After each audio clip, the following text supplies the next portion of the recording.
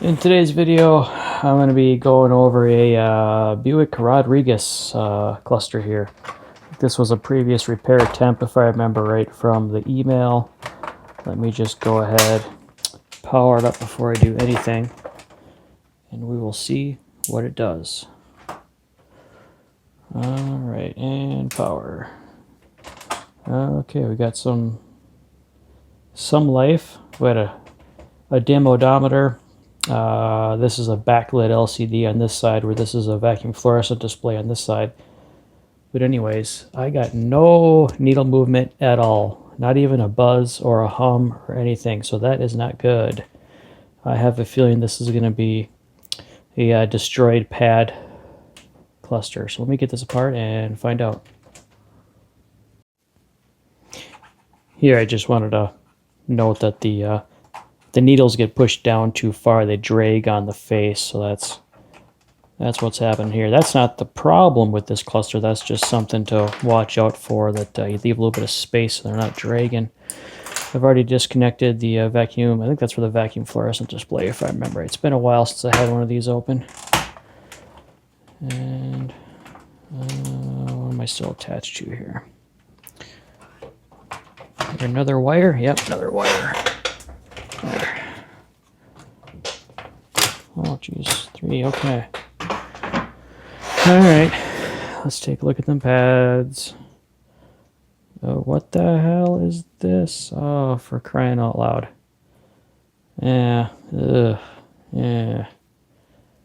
Well, at least there's test points nearby to solder to. But it's never good to see the foil just peeled right up off the board and hanging there like a piece of hair. Ugh, I have to run a jumper to that test point.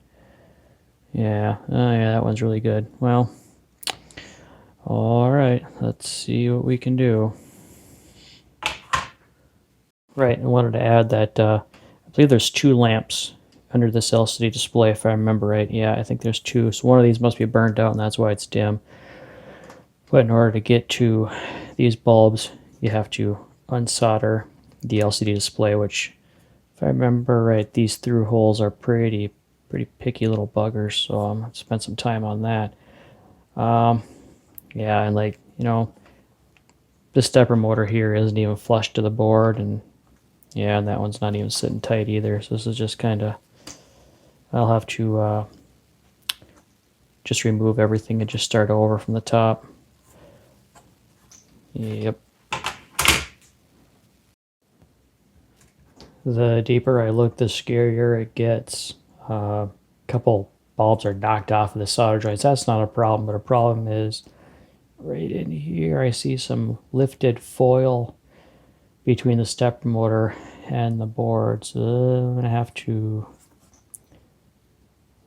Yeah, I think I'm going to have to... the foil must come in. Yeah, I bet the foil comes into the top side. So actually the jumpers are going to have to be maybe between the stepper motor and the board. Ugh. See if any more look like they're pulled. And oh, okay, see here we have the lovely pry marks where you can see someone had a screwdriver in there or something. And man, people don't do that. Okay, there's like foil traces and stuff under here. You could be cutting other traces.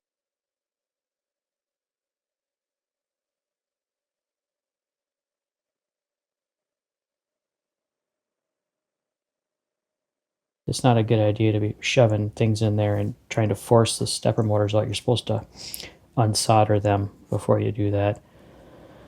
All right. Okay, it just went from bad to worse. So now that the stepper motors are out of the way, there's just all kinds of foil just hanging here. And if you look at the size of the holes, like, okay, so I don't know, maybe a blowtorch was used, I don't know, but the problem is most of the foil traces are on the top side of the board.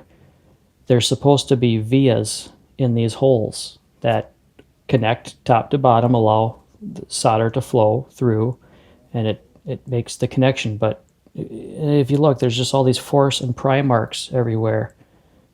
I don't know if you can see it on the camera or not, but they're obviously in there forcing it off. And what they did is they pulled the vias out of the circuit board. There's no more thing left to solder to. Every single one has been pulled out. The vias are gone straight out of the board. So, I mean, yeah, a lot of these are the tops. So is this, yeah, this could be repairable, but certainly not in the amount of time I allow for goof ups on a rebuild. This is like a all day job to backtrace and jumper all of these, because yeah, there are test points, but you can't jumper these test points because they, like the traces on this side, the via goes through to the test point, so this test point's no longer connected to anything, so you can't jumper to it. You'd have to actually, the safest thing to do would be go all the way back to the X12 chip, or AX12 chip, the stepper motor driver chip. Yeah, so I'd have to go from the chip to each stepper motor. No, this is like a 6-hour job. Not worth it. I think I might have to actually call it quits on this board. I try not to do that too often, but this is just, man, nope, can't do it.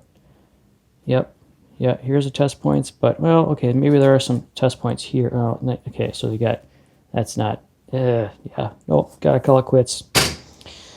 Sorry, you're looking at a replacement cluster. Just kidding. I fixed it. A little bit fair, I did have to charge extra on this one, which is the first time in recent memory I had to do that. Usually I can fix the self-repair goof-ups in a reasonable amount of time, but this was not one of those times. Next, I have to pull this LCD screen and take care of this burned out light bulb business here. Here's just a close-up on all those jumpers I had to run, going up to the stepper motor driver chip here. Thankfully, at least one of the 4 motors, this one here, had traces on the back side, so I was able to just use test points on at least one of them.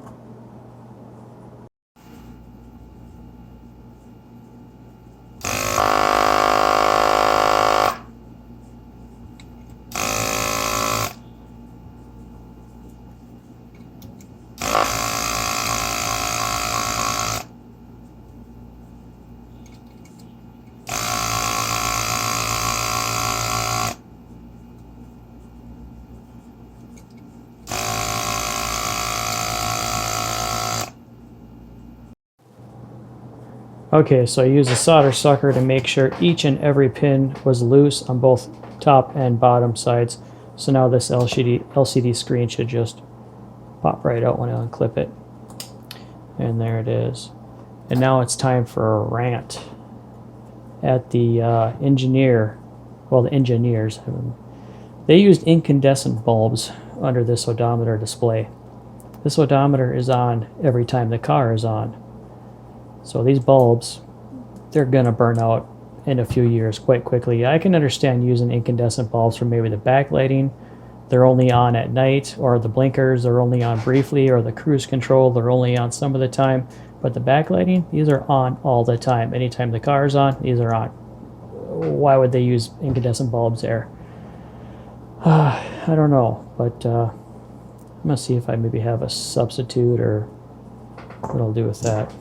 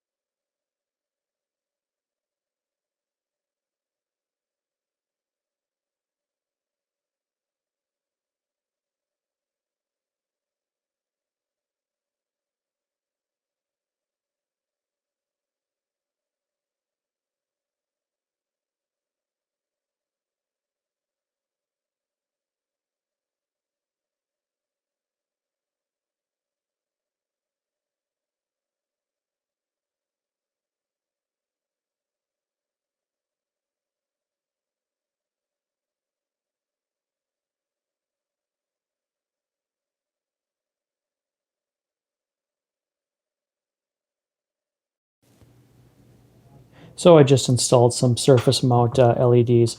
These here will last the life of the vehicle. I wouldn't expect these to ever go bad, unlike the incandescents. These are a warm light, so they will match the color temperature of the original bulbs that were in here, so everything will still look correctly. All soldered back up. Now for a test. And there we go. All back to nice, bright, even lighting. Finally, I can call this one done. And I can say it's maybe better than new. It's got all new X27s, so they should last the life of the vehicle. New backlighting, and of course the LED mod for the LCD display. Should be a reliable cluster from here on out. Well, that's it for this one. Thanks again for watching.